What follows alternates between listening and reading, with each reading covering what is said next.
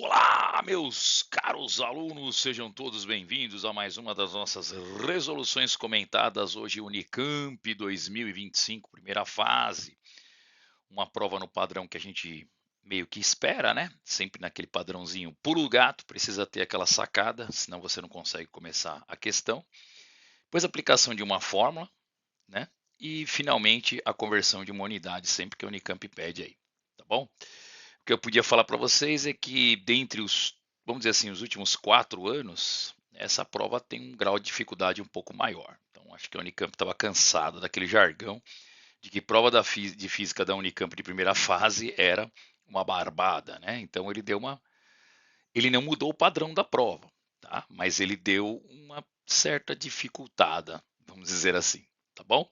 Vamos lá, pessoal, vamos então para cada questão aí e chega de enrolação. Muito bem. Primeira questão, uma questão de vetores, mas apesar de muita gente pode pensar, poxa, mas é uma questão simples, né? Soma vetorial, ela pode gerar uma certa dificuldade aí, pessoal, porque nem sempre os alunos estão acostumados a fazer contas vetoriais, né?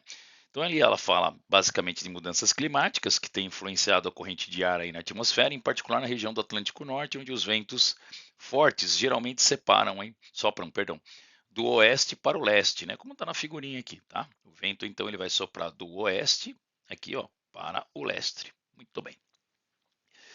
Ele fala também que, que esses tempos de voos, então, têm sofrido alguma alteração, porque você pode pegar um vento a favor, vento contra, né? Um vento lateral. Muito bem. Em uma viagem de Baltimore, Estados Unidos, a Londres, Reino Unido, o tempo de voo ele é igual a 8 horas, quando não há ventos em toda a trajetória. Considere agora que a viagem é subdividida em 3 trechos, né? Então você tem um trecho aí A, B e C, conforme a figura a seguir. Bom, a gente não tem vento em relação ao solo significativo no ponto A e no ponto C. Vocês estão vendo, gente? Ó, no ponto C, aqui e no ponto A não há um vento significativo. Mas ele diz que no ponto B sim, tá? Então, ó, conforme a figura, por isso que eu fui à figura, tá? No trecho B, na direção de oeste para leste, há um vento com uma velocidade constante de 250 km por hora em relação ao solo. Isso é a velocidade do vento, tá?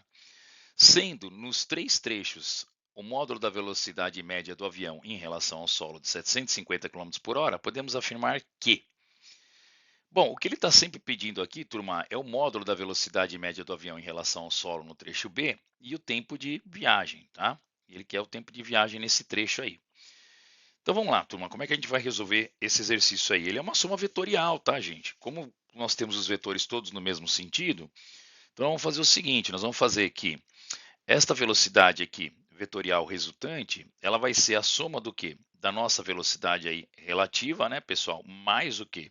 Mais a velocidade do ar. Então, substituindo aí, nós vamos ter que a velocidade relativa que ele fala, tá aqui, ó. Velocidade em relação ao vento, né, pessoal? Que eu vou chamar de velocidade relativa, ela é de 750 quilômetros, tá? Então, 750. E a do vento? Bom, a do vento ele fala bem claramente aqui, ó, que é 250 nesse trecho, tá? Então eu vou ter aí, pessoal, uma velocidade que eu vou chamar aqui de velocidade resultante, né? De 1000, tá certo? 1000 km por hora. Bom, ó, 1000 km por hora. E agora, Todai? Bom, agora a gente vai precisar calcular o tempo, né, turma? O tempo a gente sabe que é facinho na física. O que, que ele é o tempo? O tempo ele é a distância percorrida, né? Pelo quê? Pela velocidade, uma vez que ele está considerando o trecho constante, tá bom?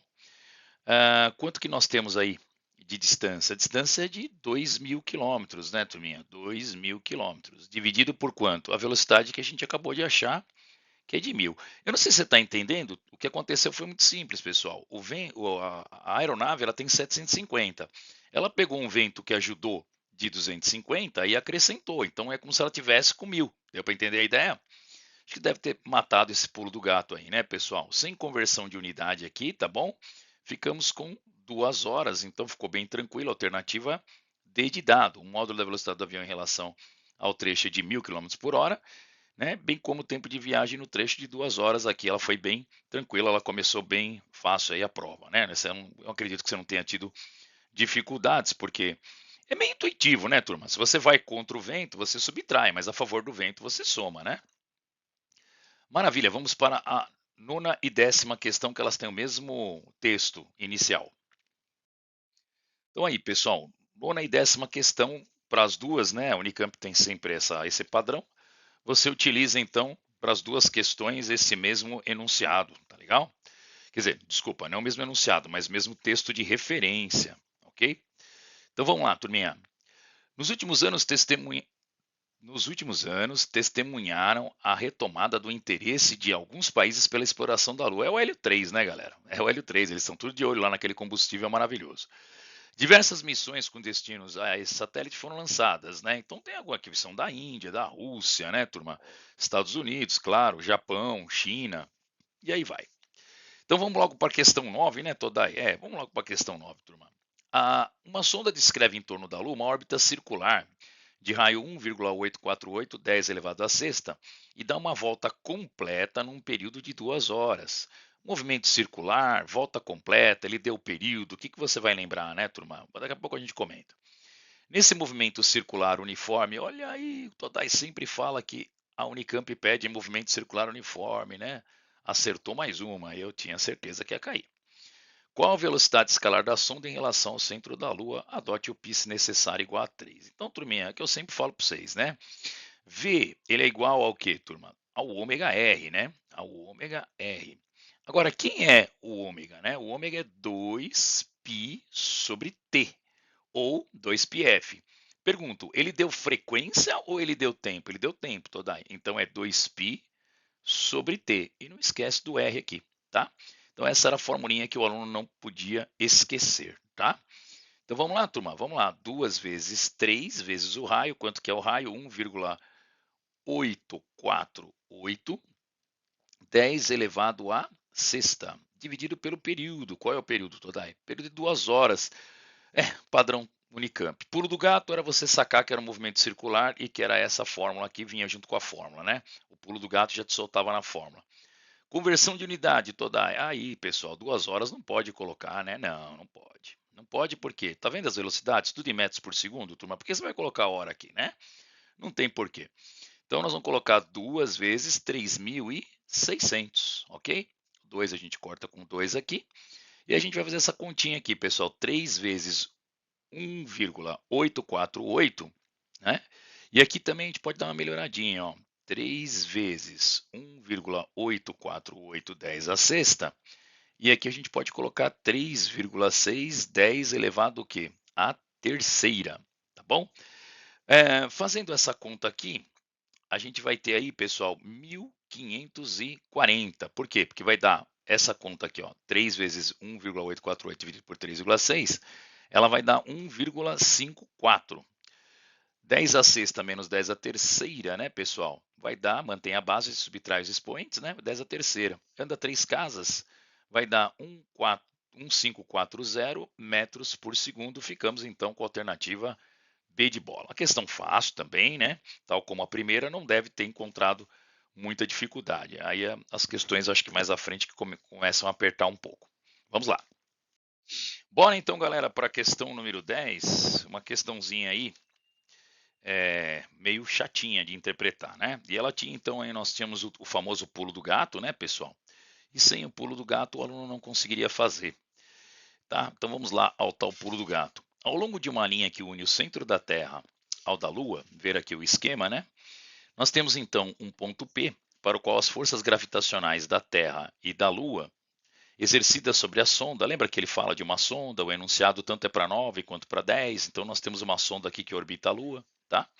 Enfim, ele diz que a força da Terra e a força da Lua exercida sobre a sonda têm módulos iguais de sentidos opostos. Isso significa que no ponto P, as duas se cancelam, turma, tá bom? Então a Terra puxando para cá, a Lua puxando para a direita, a Terra puxando para a esquerda aqui no ponto P, a força resultante aqui, senhores, ela é zero. Senhores e senhoritas, vamos lá. O que acontece aqui, Todai? Gente, lembra da segunda lei de Newton, né? Força resultante é massa vezes aceleração. Para a força resultante ser nula, não dá para a massa ser nula, né, turma? A massa da sonda ela existe. Então a única situação é que a aceleração é nula. Então, se força resultante for nula, a aceleração também é o quê? Nula. Muito bem. Esse era o pulo do gato, tá, turma? Vamos lá. O gráfico da figura B, ele representa a componente da aceleração resultante entre a força que a Terra exerce e a força que a Lua exerce ao longo da referida linha. Sendo que r é a distância que vai do centro da Terra e d é a distância total entre a Terra e a Lua, tá? Então aqui nós temos o que, turma? A distância da r, que ele chama, tá? Aqui a distância d, a total é a d, e aqui nós vamos chamar de x, tá? Que é o que a gente vai acabar tendo que descobrir. Vamos lá. Então ele fala assim: valores positivos que indicam que o vetor aceleração aponta para a Lua, enquanto valores negativos implicam que o vetor aponta para a Terra, o que é comum, né, turma? Por quê? Ora, porque o que acontece é o seguinte: se a sonda estiver mais perto da Terra, ela é puxada pela Terra. Se ela estiver mais perto da Lua, ela é puxada pela Lua. No ponto em que ela está zerada, tá, turma? Está zerada. Bom, gente, onde que a aceleração resultante é zero? É aqui no gráfico que você tinha que entrar, tá bom, turminha? Então você entrava aqui, você bate na curva e você desce e encontra o valor de 0,9, que é a relação entre a distância da Terra e a distância total. Fechou? Fechou. Agora vem um exercício de matemática, né, pessoal? Por quê? Porque você sabe que R sobre D é igual a 0,9, tá certo, turma?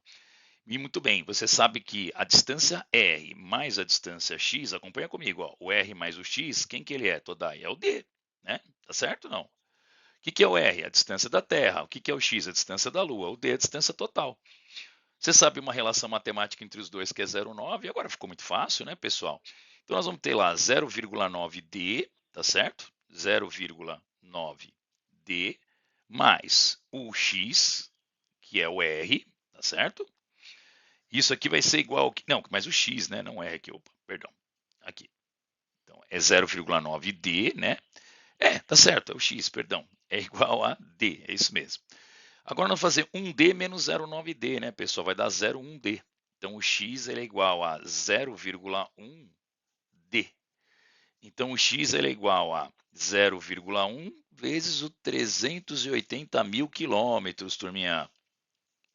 Ô, gente, quanto que é 10% de 380 mil quilômetros, né? Tá ali, alternativa A, 38 mil. Então tá aqui, ó, 38 mil quilômetros, tá bom? Então o exercício, matematicamente, ele era bem fácil. Você tinha que tomar cuidado com o pulo do gato. Qual que era? Quando a força resultante é nula, a aceleração é nula. Tá legal? Bora então para a questão 11, pessoal. Vamos lá. Questão 11, então, turminha. Uma questão aí padrão, né? Da ondulatória. O famoso veio a lambda F, que a gente sempre espera todo ano, né? Essa não é uma questão complicada, ela é um pouco chata de você talvez interpretar, turma, mas ela não é uma questão assim muito diferente daquilo que a gente já vinha vendo aí nos exercícios do próprio cursinho, tá? Nos exercícios até de escola. É sempre aquela relação entre frequência e o que, turma? E comprimento de onda, que você tem que lembrar que elas são inversamente proporcionais, tá bom? Vamos lá. O projeto internacional DUNI, Deep Underground Neutrino Experiment, bonito, hein? É um gigantesco experimento idealizado para estudo de neutrinos. O que são neutrinos? Aquelas partículas que liberam no decaimento beta, lembra, pessoal? Muito bem. Para a detecção da luz emitida quando os neutrinos atravessam enormes tanques de argônio líquido. Isso foi projetado na Unicamp, né? Olha que bacana aí, pessoal. Um dispositivo chamado Arapuca. Gente, para quem não sabe, a Arapuca ela é uma armadilha, tá? Cuja função é aumentar a área de coleta de luz, confinado no interior de uma caixa que contém sensores. O cara está querendo fazer uma arapuca, não vou pegar passarinho, né? Mas para pegar neutrino. É coisa de físico, né? Muito bem. Antes de entrar na arapuca, a luz emitida de comprimento de onda 128 nanômetros incide no material que tem por finalidade modificar o comprimento de onda e, consequentemente, a radiação, de modo que, ao emergir desse material, o novo comprimento de onda passa a ser de 350 nanômetros. Deu para entender aí, turma? Há uma mudança no comprimento de onda, tá bom? Muito bem, aumentou, né? Aumentou o comprimento de onda, deve ter diminuído a frequência. Considere que nesta etapa do experimento, ambos os feixes luminosos têm comprimento lambda1 e lambda2, que se propagam no mesmo meio, tá? Sendo f a frequência e v a velocidade da luz e o comprimento de onda lambda1, né? E f2 a frequência e v2, né? A velocidade, é claro, né, pessoal? A velocidade da luz no comprimento de onda lambda 2. Pode-se afirmar, então, o que ele quer? Ele quer saber quem que é a frequência maior, né, pessoal? Então, por exemplo, qual que é a frequência V2 é maior do que a frequência F2 é maior que a F1 que é maior que a F2, tá bom? É isso que ele quer saber. E a velocidade também, né? Então, turminha, vamos lá. Ele não é a mesma radiação, galera? É. Ele deixa bem claro aqui que a radiação não muda, né? Então, o meio físico não mudando, a velocidade tem que ser igual, tá? Isso é o pulo do gato. Lembra do pulo do gato? O pulo do gato está aqui. V1 tem que ser igual a V2. Agora, Todai, quem é V mesmo? V é lambda F, turma. Lembra disso? Então, nós vamos ter que o lambda 1, F1, vai ser igual ao lambda 2, o quê? F2, né, Todai? Exatamente, turminha, exatamente. Então, o que a gente conclui aí, pessoal? Veja bem, o lambda 2 não é 350, o lambda 1 não é 128? Todai, o lambda 2 ele é maior do que o lambda 1. Turma, se o lambda 2 for maior que o lambda 1, falei no comecinho do exercício, então o F1 ele é maior do que o F2, tá bom? Ficamos com qual alternativa? A B, de bola. A frequência F2 é menor do que a frequência F1, tá certo? A frequência F2 aí menor do que a frequência F1. E a velocidade, pessoal, V2 é igual à velocidade V1, porque eles estão no mesmo meio, a radiação é a mesma, né? Tá? Essa foi uma questão aí padrão, tranquilo. Essa relação entre comprimento de onda e velocidade, a gente já sabia que ia cair. Essa você não tinha muita dificuldade, não. Bora para 12, turma. Bom, galera, vamos para 12. O que acontece na 12, então, Todai? Vamos lá, turminha. A 12 também é uma questão aí que a gente, vamos dizer assim, dá como uma mosca branca, né? O que significa isso, Todai, mosca branca? De vez em quando ela cai e depois fica 10 anos sem cair, né? É uma matéria que às vezes muita gente não dá importância, porque ela fica no começo do ano ali, a dilatação, né? Mas ela, de vez em quando, ela aparece sim, tá? E o resto é interpretação de gráfico, é bem tranquilo, tá bom? Muito bem, pessoal. Pesquisas recentes demonstram que alguns compostos, como aqui, ó, aí nós temos aí o ZnW2O8, né, apresentam coeficiente de dilatação térmica linear negativo, diferentemente da maioria dos materiais que se expandem com aquecimento. Olha que doideira, turma. Você aquece e o bicho, ao invés de aumentar de tamanho, ele diminui. Doideira, né? Doideira. O gráfico a seguir ilustra a variação em função da temperatura, né, do comprimento L de uma barra dessa classe de materiais, tá bom? Aí tem o gráfico aqui, em milímetro, lembra, né, em relação à temperatura.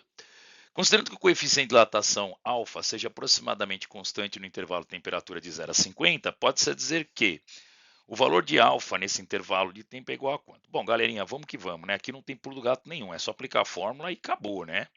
Lembra do ΔL, gente? Não pode esquecer, né? O ΔL é L0 alfa delta teta, tá bom? Muito bem.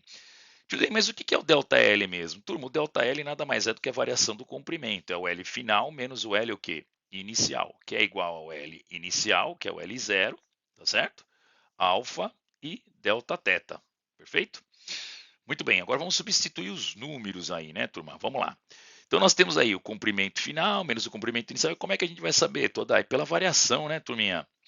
Nós temos aí uma variação de 50 graus. Então, apontando aqui para o gráfico, lembra que eu falei que era leitura de gráfico bem tranquilo? Ó?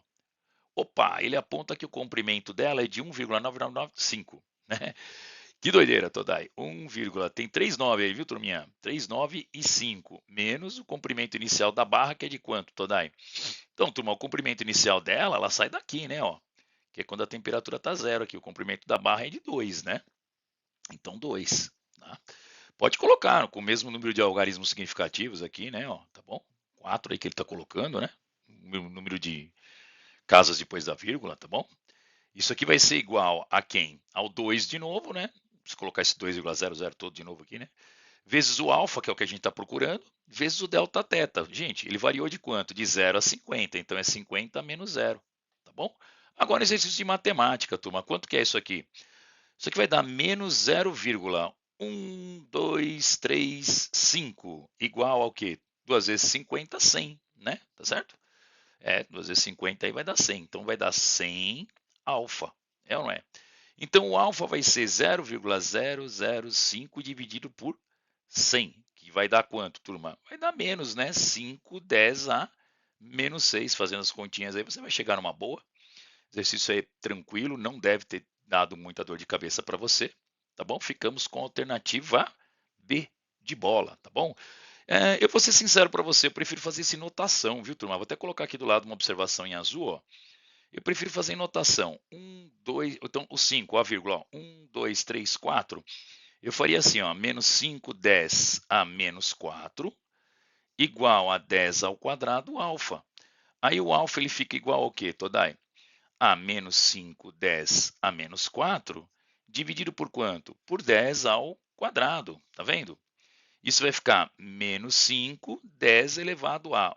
O 2 sobe como menos 2, menos 4 com menos 2, menos 6, tá? Mas eu sei que muitos de vocês fazem em decimal, por isso que eu coloquei aqui em decimal também. Beleza, turma? Tá quase acabando, né? Estamos aí, faltando duas questões só, a 13 e a 14. Padrão Unicamp, hein, pessoal? Padrão Unicamp, 7 questões de física das 72 da prova. Bora lá? Vamos para a penúltima questão. Turma, como não podia deixar, né? Lógico, ela veio com as questões de eletrodinâmica e simplesmente ignorou a eletrostática, como eu, Todai, já havia dito para vocês que ia acontecer, né? Eu falei que a eletrostática não ia cair. Opa, ganhei a aposta nessa aí, né? Vamos que lá. A energia solar desempenha um papel substancial nas soluções energéticas do desenvolvimento sustentável, além de fazer uso de tecnologia pouco agressiva ao ambiente, né, e é uma enorme fonte de energia renovável. Ele quer que você use esse texto como base para responder a 13 e a 14, tá bom? Então as duas vão se referir basicamente à potência, painel voltaico, mas vamos lá, vamos uma por vez. Vamos com a 13 primeiro. Operando em condições ótimas, um painel solar ele gera uma energia elétrica de 462 watts, com uma diferença de potencial, uma tensão do painel de 42 volts nos seus terminais, tá? Muito bem. Para que a energia gerada seja armazenada numa bateria de diferença de potencial 12 volts, usa-se um dispositivo que ajusta a diferença de potencial, né? Dispositivo esse chamado de controlador de carga, ver na figura, nós temos aqui um pequeno controlador de carga, tá bom? Ver figura, tá? E aí ele fala: se numa situação ideal toda a energia gerada pelo painel é armazenada na bateria, quais os valores de corrente elétrica do painel e da bateria nos terminais, então, do painel e da bateria, respectivamente? Fechou? Vamos lá. Ah, turma, é meio claro que a gente vai usar o pio aí, né? Acho que o cara tinha que ter um simancol aí, né, pessoal? Trabalhando com potência, tensão e corrente, poxa. Pulo do gato era o pio, né, Todai? Ah, sem dúvida, né, turma? É o passarinho pio, uma das formas que mais cai em vestibular. De olho nela, Enem, viu, pessoal? Fica a dica aí. Então, turma, nós vamos fazer assim, ó. PP vai ser potência do painel, fechou? O I, nós vamos chamar aqui o I do painel, vezes o U do quê? Do painel, tudo do painel. Todai, ele deu aqui a potência do painel? Deu sim, turma, 462, tá? Muito bem. E o I do painel? Não, ele não deu, ele quer. Tá? E a tensão do painel toda ele deu? Deu 42 volts ali, turma, tá bom? 42 aqui, fechou? Muito bem. Gente, quem que é o I do painel? Ele vai ser 462 dividido por 42, o que nos vai dar 11 ampere, certo, turma? Vai dar 11 ampere aqui, já fechamos uma parte do exercício. Segunda parte do exercício, então, toda energia, ela diz que fica na bateria, não fica? Então, turma, aí que você tinha que ter um outro pulo do gato aqui. Qual que é? Se toda energia ficar na bateria, a potência total aqui, que é a potência da bateria, ela vai ser o quê, turminha? Ela vai ser exatamente a potência do painel, tá legal? É isso mesmo, galera. Tá? A potência da bateria, a potência do painel. Que no nosso caso, se não me engano, aqui é 462 watts, tá? Muito bem, Todai. Então, o que, que nós vamos fazer? Vamos aplicar pio de novo? Claro que vamos, né, aplicar o pio de novo, turminha. Então, nós temos 462 igual a potência do painel, tá? Que é da bateria, né? Só que agora, como nós estamos falando da bateria, então nós vamos pegar o quê? A corrente da bateria e a tensão da bateria. Corrente da bateria é o que eu quero descobrir agora, tá certo? E a tensão do quê? Da bateria, que é quanto, turma? Tensão da bateria toda aí é 12 volts. Olha que bacana, pessoal. Sai no teu colo aqui, né? Então, corrente da bateria toda é muito fácil, né? 462 dividido por 12. Perfeito, turma. Continha chata, tá? Continha chata aí, ela vai dar 38,5 ampere. Você faz aí que você vai chegar lá, tá bom? Alternativa, então, toda aí. Alternativa, vamos lá. Opa, é a 11, é a A, né, turminha? Isso, quase que eu coloquei essa alternativa errada aqui. Então, 11 ampere, tá certo? E 38,5 ampere. É isso aí.